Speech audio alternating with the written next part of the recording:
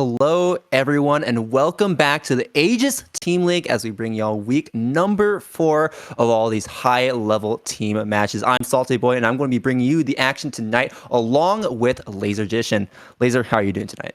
I'm doing good. Welcome everyone from Lord Knight Stream. Thank you so very much for the raid. Your timing is impeccable. We're just getting started here. We got some really great matches coming up. We got 2 goats, 2 rams between SQ, Red Ditto, and Jack going up against Team TNS with Umisho, Krieg, and MFCR as our first game for the night. Going to be a cross-divisional game just for some fun, a little bit of variety, get some more practice in. And then for our second game, we got 4 freaking May players, Saray, JSav, and Toby Clone going up against Odin's Eye Gaming. We got Daniel Saz, Saiboshi, and your boy Squanto. So 6 awesome players per match, 2 matches coming at you over the course of the day. It's going to be a good one. Yeah, it's going to be a really good one. So many strong players showing up today. And just before we get right into it, if you're new to this team league, it can be a bit of a complicated format. So I'll explain it to you right now. As you can see on the screen right here, we have this scoring format where set 1 is a best of 5 worth 1 point. Set 2 is a best of 5 worth 1 point. And set 3 is a best of 7, also worth 1 point. And you can see right here, the goal for the team is to win at least 2 of them, so you have a score of 2/1 or even a 3-0. So it's basically just how that works. And of course, the best of 5s and best of 7s will work just as intended, with the best of 7 right there for set number 3 going to be the longer one for more intense matches. And of course, there's also the prizing. As you can see here in the prize pool, $350 is going to be going to that first place team, $210 to second place, and $70 going to the third and fourth place team, as well as all of the money that we will be getting from the Matcherino. If you want to go support that Matcherino, just before we get started with these matches, make sure to go into that chat, !Matcherino, and you can donate right now. Absolutely. And of course, thank you all very much to all of our great sponsors for helping us out with this prize pool seating. Speaking of which, thank you to Zen Market for highlighting our match of the week for today. Going into a bit more detail on who we got going in. We got our first matchup here is going to be 2 goats, 2 Rams against Tampa Never Sleeps. A lot of names that you're going to be familiar with here if you've been plugged into the Guilty Gear Strive competitive scene for a while. SQ, Red Ditto, and Jack here on 2 goats, 2 Rams. Really strong performances for all of these players across Strive's lifetime. SQ coming off the back of, I think, 2nd place at TNS this Monday. Red Ditto and Jack also making some good runs in a lot of events. Jack coming off of a deep run, I think in top 8, top 6 at EVO. Is that right, Salty? Yes, that is right. Also, Red Ditto making top 6 of EVO as well. Yep, absolutely. On the other side, we got TNS, Umisho, Krieg, MFCR players. You, again, ought to know if you've been here for any time whatsoever. Umisho, one of the best players of the game, one of the best souls in the world. She is a name that you're probably going to know almost immediately as soon as you step into the scene. Krieg, another fantastic player on the Happy Chaos alongside MFCR, rounding out the lineup on the Leo. I'm interested to see how some of the changes from this patch affect this team, right? Especially the DP changes for MFCR and Umisho. The no longer being able to RC your invincible reversals, I think could be a really interesting thing to keep track of as this first set happens today. Yeah, but as a top player, you don't necessarily need it. But yes, that can definitely swing things against your favor if you don't keep that in mind. But also the Wild Assault changes will be affecting this team as well, because Soul Bad Guy is one of those characters that really benefited a lot from Red Wild Assault in the previous patch. And Red Wild Assault is actually being toned down a bit, where the momentum is kind of being cut so that you can't really keep your pressure going for nearly as long as up close as you did before. Yeah, absolutely. Same with Red Ditto over on the 2 goats, 2 Ram side. Going to be pretty well affected there as well. SQ also uses the Red Wild Assault really, really well in her combo routing. One of the people who really early on into Season 3 noted that you could OS a lot of counter hits with Wild Assault. One of those things that may or may not be relevant based on your character, but she really wanted to dig into that mechanic early on and got a good handle on it early on and how to fold that into her game plan. So, going to be really interested to see how some of this stuff shakes out. I believe this is our first or second week with the patch in effect. I think second week, right? I think last week was with Yes, I the patch. believe you're right. Yeah. I So know it dropped directly after Evo. right, yeah. So that will be a lot of fun. We also got some good games coming up in our second set. We'll talk about that a little bit more after the break, after our first set. But do know that that will be the first set of our second round robin. So the way the whole league is structured at a high level is you do a round robin within your division. We have a whole bunch of teams, over 20 of them. So we split them up a little bit to make it a little easier to coordinate, easier to schedule matches between them. So play everyone in your division once. Then we had our little mid-season break with our cross-division exhibition games. The last one is going to be our first set tonight. And then the second round robin for the season is going to kick off with our second set between Four Friggin' May players and Odin's Eye Gaming. So that'll be where the points matter once again. Got to start accumulating those and push towards the playoff season. Running the second set of Two Goats, Two Rams, and Tampa Never Sleeps. So I think SQ and Umisho are in the right now. So I think we're playing between Red, Ditto, and Krieg. I was like really interested because I was like, wait a minute, Umisho on the Happy Chaos again? No. Instead, we're getting Krieg on the Happy Chaos versus Red Ditto here from Two Goats, Two Rams. They're getting right into, remember, we can also go into the predictions in the Twitch chat to vote on who you think will win this set. Yep, there it is. I got mixed on what the meaning of the word set is in this context. Here we go. Red Ditto gets the burst out of Krieg early, has the pressure going until they have to burst as well, but now has the meter advantage. Spends that to keep the pressure going, finds the rock into the corner. Yeah, and this is going to be huge because this is going to lead to wall break or death as well. I saw that scaling, and I was like, I'm not too sure, but with the windshield wipers, that's going to be doing plenty to take out Krieg immediately, and Red Ditto going off with a strong start.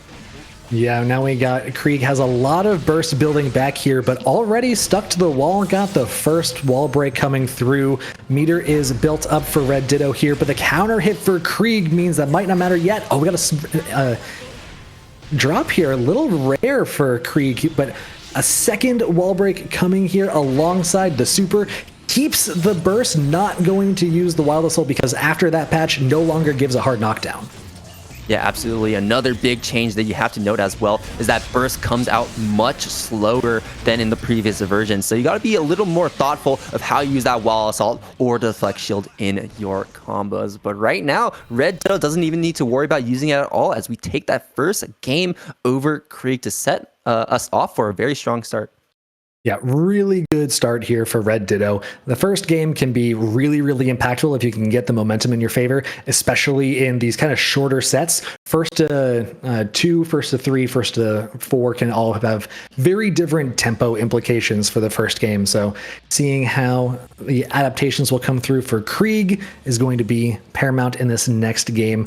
Red Ditto seems super solid. I don't think you need to change a dang thing. Mm-hmm.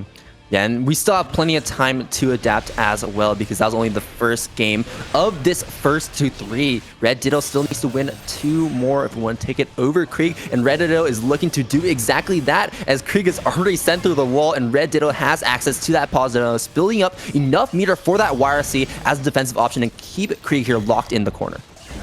Yeah, absolutely. Found the counter hit and a burst to respond. Krieg in the corner still finds their way out. Side switch combo with the lock shot. Sends the Deus Ex Machina. That does build a lot of burst for Red Ditto. One of the downsides of that super is it has so many hits, so it builds so much burst for your opponent. Now the sides have switched yet again. Red Ditto with that famous Ramlethal corner pressure. Fast RC to try to keep it going quickly. Explosions keeping Krieg locked down. How is he going to fight out of this? And I love that patience from Red Ditto right there, stopping the momentum of their corner pressure, waiting to see what Krieg was going to do. They saw Krieg jump and chase right after them, locking them down with those JPs and finding the hit on the ground to score that final Calvados to take that round. Well played from Red Ditto, and right now Krieg is really on the back foot right now because if Red Ditto wins this one, that's 2-game advantage here in this set. The burst bait is a great way to keep that advantage in his favor if he can keep it going as long as he can. Finds the wall slump, says, I'm going to keep this corner pressure. I don't need the wall break right now. What I need is you locked down. The risk is building. Finds the hit off of the clone into the shot around a piece here. Trying to even this up 1 apiece. And I really like how Krieg is already adapting to this new patch. We're seeing the return of these wall slumps. Wall slumps are a bit irrelevant in the previous patch because of how much burst wall slumps gave to the opponent, but now they give much less, and that allows Krieg to go for these mix-ups a lot more often. Yeah, absolutely. These mixes like that tap 5 duck you see there. Now trying to build risk as hard as he can. The clone PRC, one of the grimiest tactics that a Happy Chaos can throw at you, does get a burst out for Krieg here. Red Ditto, though, going to get smacked up against the wall again. The Deus Ex Machina comes through just barely enough, I think. Yes, with the guaranteed wall damage unscaled, 1 game each. Despite being on that back foot, Krieg was able to win in the end, even up the set here, 1-1. That burst bait right there really turned things back in their favor. And it's going to be really interesting to see how the rest of this set is now going to go, because you can already see that Krieg has made those adaptations in response to Red Ditto's play. 1 apiece now. Adaptations coming through. Basically just a little bit of, can I have my turn to run the pressure? Yeah, cool. All right, I'm going to win the game. That cool? Yeah, good. Awesome. Now we see what's going to come through in game number 3. Covering the 2K 2D with a gunshot into a throw here means the pressure is mounting a second throw, but the gold burst on wake up for Red Ditto. Yeah, this is going to be granting Red Ditto positive bonus, building them up half a bar to use, but they won't be able to use it just yet because Krieg is rooting straight into the super to get that wall break and hard knockdown as well. What's the pressure going to be? Krieg going for the FD, trying to bait out a reversal, but nothing coming out from Red Ditto, playing patient instead, but with very low life. You're going to have to get something started, and that big counter hit with the JD from Krieg will score them a perfect over Red Ditto here. Yeah, excellent pressure there for Krieg. One thing I noticed in that game, both of these players representing the instant block a little bit more consistently in these two. Between Ram's Rekka series and Happy Chaos's pressure, if you can get one of those guaranteed punishes off of an instant block, it can be a really big deal between the way these are both really oppressive offensive characters. Here we go. Challenge with the 5K means a burst back into the corner. Now Krieg getting that looping pressure going that we saw in the last game. There it is. Keeping Red Ditto locked in the corner. Nice block on the 5D. No meter to extend or bullets, but Krieg was able to get a hit in the end. And now suddenly the score has reversed to have Krieg be in the advantageous position of a 2-1. One more game, and this is a set win here for Tampa Never Sleeps. Very important adaptation there for Krieg, noticing that he was out of bullets, so he had to route in reloads off of the steady aim launches. Steady aim does get you a lot of airtime to work with, so he had plenty of time to get those bullets back in the chamber and close out the kill. Good awareness from him coming through. Like you said, that does mean it is set point here for Krieg. Red Ditto needs to find something that he had in the first set, but couldn't replicate in the second. Burst coming through for Krieg already. The clone buys him back the turn, though, and the throw buying time to get the concentration back up. The burst comes through for Red Ditto. Pressure is established. Found that counter hit with Rekka too. There's the JPs into the mortar bottle as well for the wall break. That's going to be positive bonus here for Red Ditto, building back that burst and that meter, and that is going to be dead. Great hit confirms coming out from Red Ditto, routing straight into the super like you mentioned. No way to burst out even if you have it. Krieg now only with half that burst bar means Red Ditto gets to run this pressure through a wall break again. Yeah, you built up the burst, but now I have positive bonus. I have the life lead and a round lead, looking really strong for Red Ditto here. Yeah, absolutely. And we're seeing the or tosses as well to keep Krieg here locked in the corner. And right now Krieg is running into that negative penalty, so we're going to play a little more aggressive to avoid that meter loss. Yeah, there's that just defend that I was talking about earlier. Goes for the Rekka, couldn't find a full confirm even with the RC on deck. Thought they were going to find the conversion, but didn't make it happen. Now Krieg finds the wall break, establishes the curse, Deus Ex Machina to fill up the chamber, has all the resources he could possibly want, and a hard knockdown. Yeah, we're just going down the checklist. Curse, check. Super, check. Hard knockdown. The reversal bait as well. RC to keep it safe, but now Red Ditto has a no meter, still has burst on the table, and tries to go for a throw tech. This is going to be huge. One more hit, and you're also in chip kill range too without any meter. A very tough situation for Red Ditto to get out of. Instead, we're just going to hold on to that burst and save it here for the next round.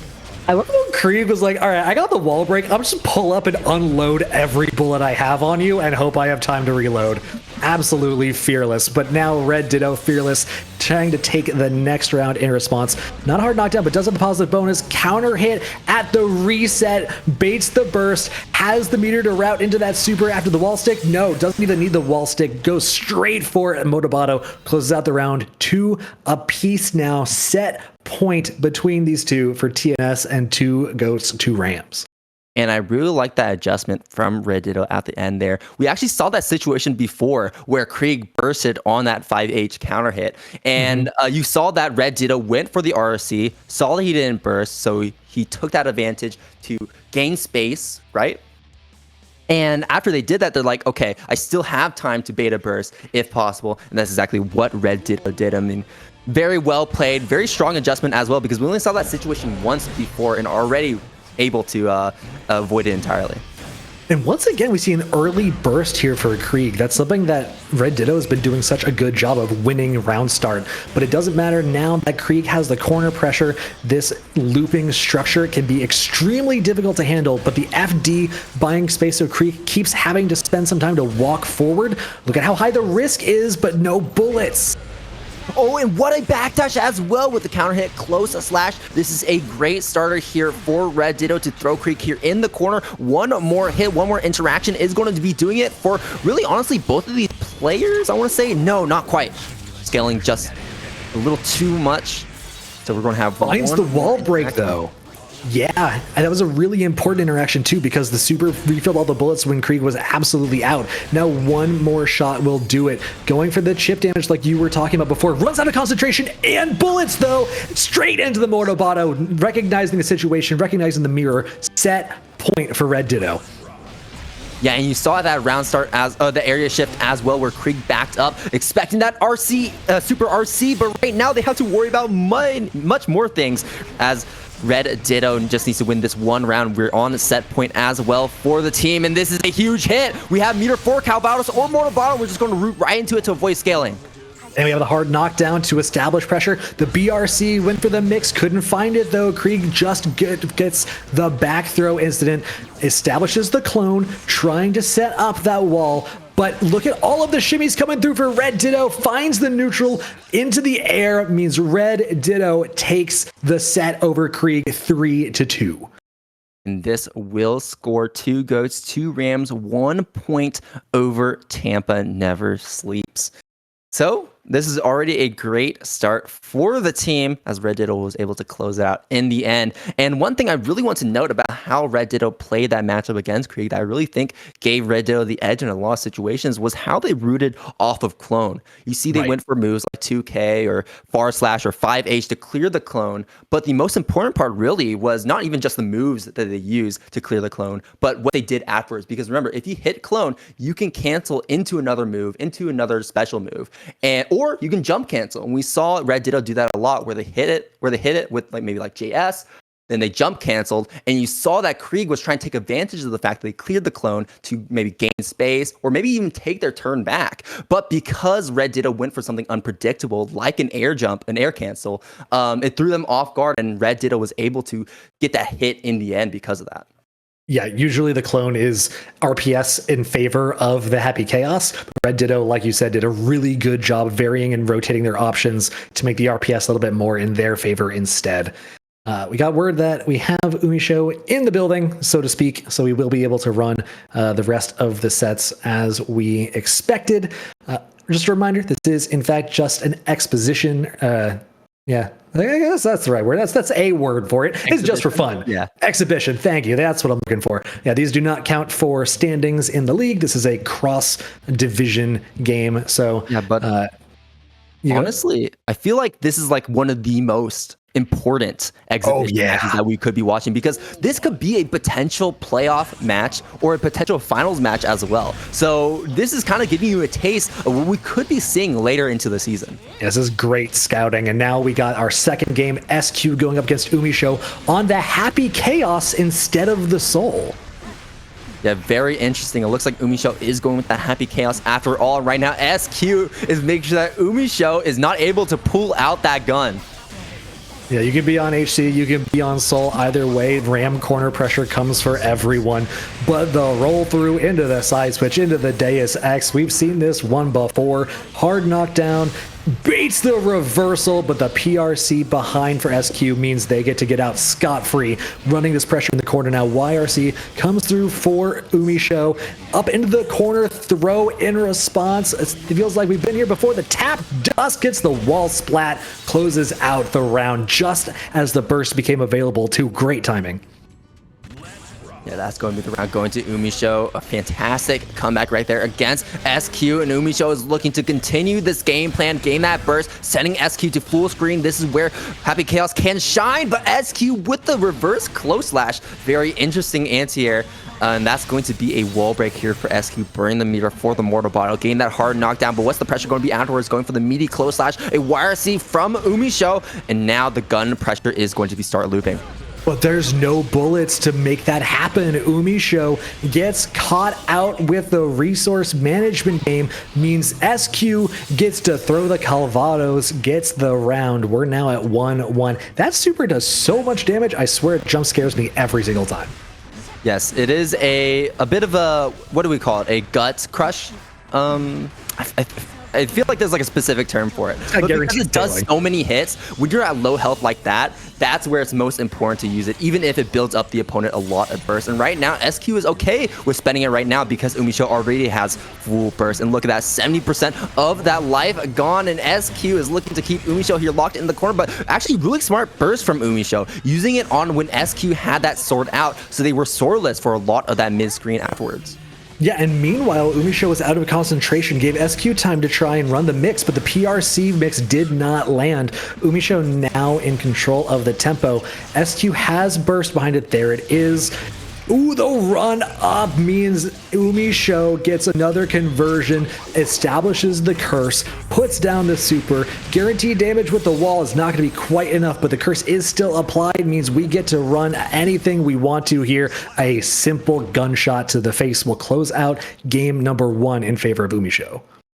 And SQ holding on to that burst, holding on to that meter as well, maybe trying to get access to super RC because they were very close to that 200 meter, but not able to use it. Instead, that chip kill situation was also very scary to be in. And Umisho, yeah, able to close out in the end, gain the early advantage over SQ. But like we saw in that previous set and all the other sets that we've seen in the Team Link so far, this is still a first to 3 best of 5. So anything can happen from this point onwards.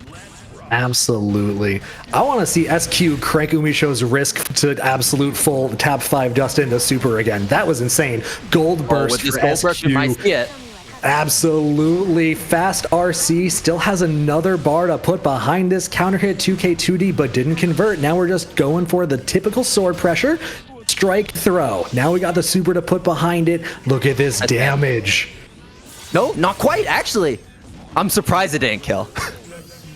Just barely surprised. Yeah, absolutely. The BRC instant overhead for Umisho just to get a turn in their favor. Now they can run this all the way to the wall, builds the meter, doesn't go for the super. Instead, the BRC to keep safe baits the burst, or the super rather, but with another RC behind it. SQ with the throw to close out the round. Yeah, and like that delay RC from the Mortar Bottle as well. Baiting out an option from Umisho like we saw right there. So we were able to get that punish throw from SQ. Yeah, it's like a classic frame trap with PRC just applied to a super instead of a normal. Now here we go. Another conversion. Deus Ex Machina means Umisho firm control here. Huge life lead, has the burst lead, no curse established, but who cares? Jump in with the gun, shimmy into the throw, fast RC, steady aim, nothing you can do about that. Simply a happy chaos round, one apiece. Yeah, one round apiece for each of these players, and one more round to go to secure another game for Umisho, or the first game here for SQ.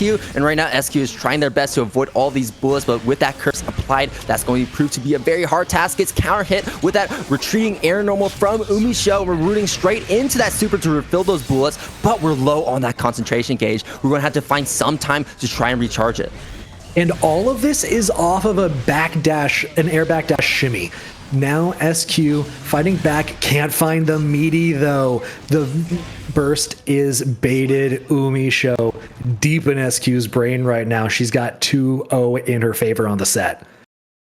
Umisho returning to their roots with the Happy Chaos, the character that won them Evo back in 2022. Now returning to that character over the Soul here in the team league, and I'm all here for it. Absolutely. I wonder if there's a specific reason, or if she just kind of felt like it, want to shake off the rust a little bit, see if the character fares a little better when the next season's patches drop. You know, if you got a little bit of questions on what the next season's going to hold, keeping all your characters up to date, fresh and warm makes a lot of sense. Here we go, SQ. See if we can find the adaptations for her as Umisho looks to close out the set. Yeah, we're going to be seeing if SQ can make those adaptations. Umisho here locks them into the corner, but a nice punch here with that neutral jump JS there in the corner.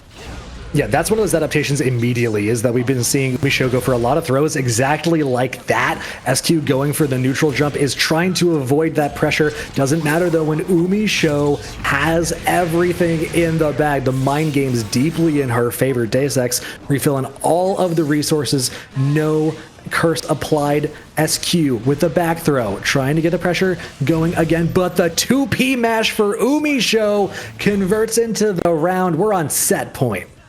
No way. Is this going to be a 3-0 for Umisho? It's really looking like that. And SQ on their final legs in this set. And Umisho is just widening the gap further. Look at all that health already gone. And SQ without any resources except for that burst available. When will they be able to get out of this pressure? Going for a burst bait, but no burst coming from SQ. There's the RC trying to bait out the burst. Once again, the jump cancel to continue baiting out that burst, but no burst coming out from SQ. It looks like that was the correct decision. And the side swap combo coming out here for SQ. So consistent with their routing and execution in those moments. It's the hard knockdown. Umisho on the Happy Chaos has very limited defensive options, just system mechanics, frame traps, things like the 2P mesh. SQ building up the risk. We've seen what happens when this happens. It could be a lot of damage. The throw is teched. This is building up again, but the 6P counter hit means Umisho gets one more chance. Run up, pull up on him. That's another round. That's another game. That is the set for Umisho. 3-0 over SQ. 3-0 over SQ. So dominant as well. It did come down very close at the end right there. But Umisho, very well played, just going very aggressive at the very end, catching SQ on that backdash and able to close it out because of that. That's going to be 1 point apiece for both of these teams. And this final set here is going to be the deciding match on who is going to be who is going to be winning this team set. We got Jack on the Happy Chaos for 2 Goats, 2 Rams. We got TNS sponsored on the TNS team, MFCR on the Leo for our first to 4 best of 7 here in this longer set for game 3. Yeah, MFCR playing patient. Oh, but gets counter hit by Jack. Playing some footsies here, something Leo is so good at, but Happy Chaos simply does not have to care about that sometimes. Finds you on the toes, gets you with the Glock. Deus Ex Magica coming through with a hard knockdown. We got a whole bunch of meter, we got a whole bunch of resources. We are fully stocked. Get a counter hit with a 2D and convert as easy as pie with the steady aim and the wall break for the round. Clean game here for Jack. And actually, both these players play very often. But the player I would say who usually has the edge, baits out the DP, burst coming out. You see Jack, I mean, maybe trying to bait that burst out, but not able to get it in the end. There's the JD counter it. But like I said, Jack and MCR play each other all the time in those TNS weeklies. And usually Jack has the edge in these matchups. So I'm really interested to see what adaptations MFCR makes here to make sure that does not happen. Got the overhead counter hit, doesn't convert into the super quite yet, needs one more rotation, one more touch, one more interaction, but Jack fighting out, gets the side swap, the BRC overhead, going for another one with the red RC, trying to keep the pressure going, one more on the low with the 2S, and then the slash through means we got one apiece. Yeah, Leo does struggle in neutral against Happy Chaos because of the gun. Who doesn't, right? But when Leo gets in close, you know, that's where things get much scarier because like you said too, Happy Chaos has very limited defensive options. No mirrorless reversal and no mirror reversal either except burst. Yeah, you got to just rely on system mechanics, which if you're that kind of player, if you're just simply that cracked, then, you know, maybe that can be enough. If you're going up against MFCR, that can be kind of rough. One more interaction, though, for Jack. Uses the BRC for the guard crush, cancels it into a jump for a cross up into the gunshot. That is the grimy stuff to win the first game. Yeah, very well played. Really utilizing that wall assault as well to its fullest extent because now blue wall assault is a lot more distinct than the other versions, even more so in this version, basically being that plus wall assault. And because it's plus, that means Jack can take that time to go for those fancy mix-ups afterwards. Very smart from Jack. Excellent use of that burst meter. And now Jack has that first game advantage. But remember, this is set number 3 of this series, meaning that Jack has to win 3 more. It is a best of 7 first to 4. Man, Jack's turning me into a villain, making me want to play Happy Chaos. Like, my fingers can't handle that. My execution is crap, but, like, that was kind of gnarly. Here we go. 2D. Made it easier for y'all. Yeah, exactly.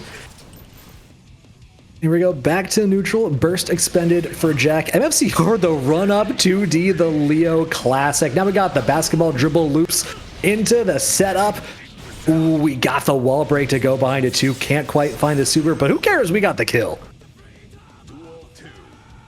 And right now, Jack starting off with half burst meter in this round. You can see the wall assault attempt, but a throw from Jack. Very ballsy. Yeah, that is a scary throw to go for, because if you're wrong, then you really get a party starter for Leo there. Maybe not in damage, but in pressure and conversion ability. But it does pay off as we see the wall break coming through. A lot of concentration spent there on the delayed steady aim, rather. And the close / counter hit forces out the burst from Jack. PRC expended to cover themselves on the whiff. Run up throw means they've got a mix opportunity. Goes to the cross up, baits out the flash kick. Oh, we got the hero burst coming through, though. The BRC out of the air. We lost the burst. We lost the round. Jack evening it up here. Really, really gutsy call from MCR, not coming through this time. Yeah, but looks like they're not going to have to worry about it, at least at the very start of this round, as MSCR has a Jackal here locked in the corner, back up against the wall, and swapping sides once again to go for that cross-up mix-up into the super. Lots of damage on the table. Jack, very low health, and yet to get burst as well. Low on meter, doesn't really have much they can do, and that's going to be perfect for MFCR, taking a game for themselves. I believe that is now 1 apiece for these two, if I'm not mistaken. Really, really good from MFCR. I like the way he's trying to play nice and fast, right? That is kind of how the meta has developed as soon as they made it so that fast RC refunds your meter. But it's something that Leo in specific can really make a lot of use out of, because his conversions are super good, his damage is super good, and his mix is super good. So as long as you can keep your turn running and keep your opponent on your toes, it can be a devastating combination. Absolutely, and MCR, like you said, has been using that excellently throughout this set. And let's see how Jack responds to those plays as Jack gets this wall break. But no, as I say that, MOCR, instead expecting that burst, does not want to take the wall break. And there's a DP in response, keeping this neutral locked down. And Jack getting that throw here, going for a mix-up with a side swap. But the 6P from MFCR is going to be catching Jack. Yeah, and he got the 6P because he used the BRC to extend the recovery frames out of Jack. Anything your opponent does has double the frames associated with it when they're caught in the BRC shockwave. Doesn't matter though now, because Jack found another turn, looking for one more interaction, has the meter, no more bullets though. A stagger close slash will close out the round. Really, really tricky stuff there. You're thinking, okay, they're gonna take the time to go for the bullet reload, go to try and challenge, but no, the stagger comes through instead. Now MFCR off to the races here. off to the races indeed. Going to net themselves positive bonus, no hard knockdown instead. Holding on to that mirror for that PRC for the approach. And Jack getting caught in that combo. Not going to be spending that burst because MMCR is working on a perfect one more hit. A pixel of life remaining. And there's a wake up throw from Jack. Do it again. Gets tech. There's a counter hit for Jack as well. We're going to be getting that wall break. Gets the curse applied. Gets the super applied as well. Recovering all of those bullets and resetting that situation as now Jack has the advantage after this area shift. Tries to go for the roll, but the PRC on wake up from MMCR uses itself as a pause button, reacting to Jack accordingly with that throw. Echoes of Xrd YRC coming through, take the pause button, try and evaluate the situation. Flash kick comes through for MCR, running the corner pressure. This is where Leo's at one of his strongest points. The burst is expended for exactly that reason. Oh, we see exactly like you were talking about earlier when you try and challenge the clone. The RPS around how you're going to cancel it into your opponent's actions can be really, really skewed in the Happy Chaos's favor. Jack taking full advantage of that. A back-to-back wall stick, another Deus Ex. This is such a huge momentum for Jack. Absolutely continuing to build up that positive bonus and even more. There's the PRC and just waits a bit as well. MCR trying to retreat, getting caught out. A burst coming out as well. No meter to their name. And Jack is trying to retreat as fast as possible to get out of this situation and continue zoning out MFCR from afar. And there's that DP from that close range. Yeah, he is not scared. You may be able to reload in his face, but he's just going to try and kick you in the jaw. The throw, no RC put behind it. He needs one more mix. Cross through into the RC means he closes out the round. That's going to be 2-1 in his favor. I really thought he was going to go for the RC there when he hit the throw and try and close the round out from there. I don't actually know if he would have had enough damage because throw RC scales damage extremely heavily. So I like the choice to let the throw land. You're playing Leo, you're in the corner, you have basically 4-way unreactable mix as far as I'm concerned, because I'm not a professional player and I'm nowhere near as good as these people, but like, it's really hard to block. So you might as well put them in that situation, try and close it out in as stable a fashion as you can. And because it is Happy Chaos as well, that does mean that once again, we have limited defensive options, and that makes MSCR less scared to try and go for that option after that throw.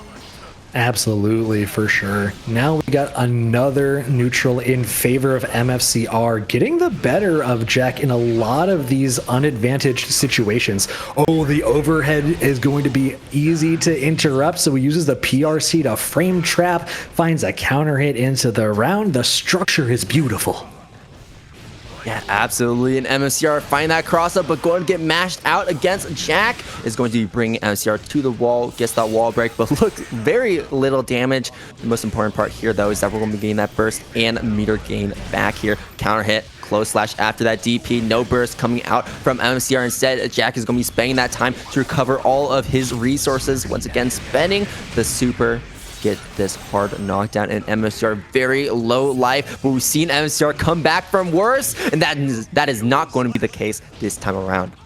Yeah, really interesting difference between these two characters in that round, right? Happy Chaos, perfectly happy to go for multiple wall breaks that are of small incremental damage, right? You don't need gigantic bombos, although you can. He can really ride the resource advantage really well. Here instead, we're seeing the blue beat combo coming out for MFCR with that giant Leo damage right behind a burst bait means that is a perfect for MFCR. 3-1 on the set. 2 perfects already in this set. This is what I'm talking about. Once Leo gets in, that's where things get really scary. And you see many times during these matches where Jack is very scared of that happening, and they're trying to back up as much as possible, but MFCR knows that Jack is scared of that, just goes full on, rushes in, holds that W key down, and is able to net out so many of these wins because of that hyper aggression. Yeah, definitely. Gonna see if anything can stymie that aggression here for the rest of the set, because if Jack is gonna come back, you're gonna need to find a way to make that happen. All of the concentration spend doesn't have the meter for the brain blast, means there's gonna be a second here that MFCR has a window, really uses it to chase Jack down into the corner, jumping out, but the pressure has not let up. Cross up, overhead, bursts out of there. I like that choice. You're still at enough life that you could make this comeback.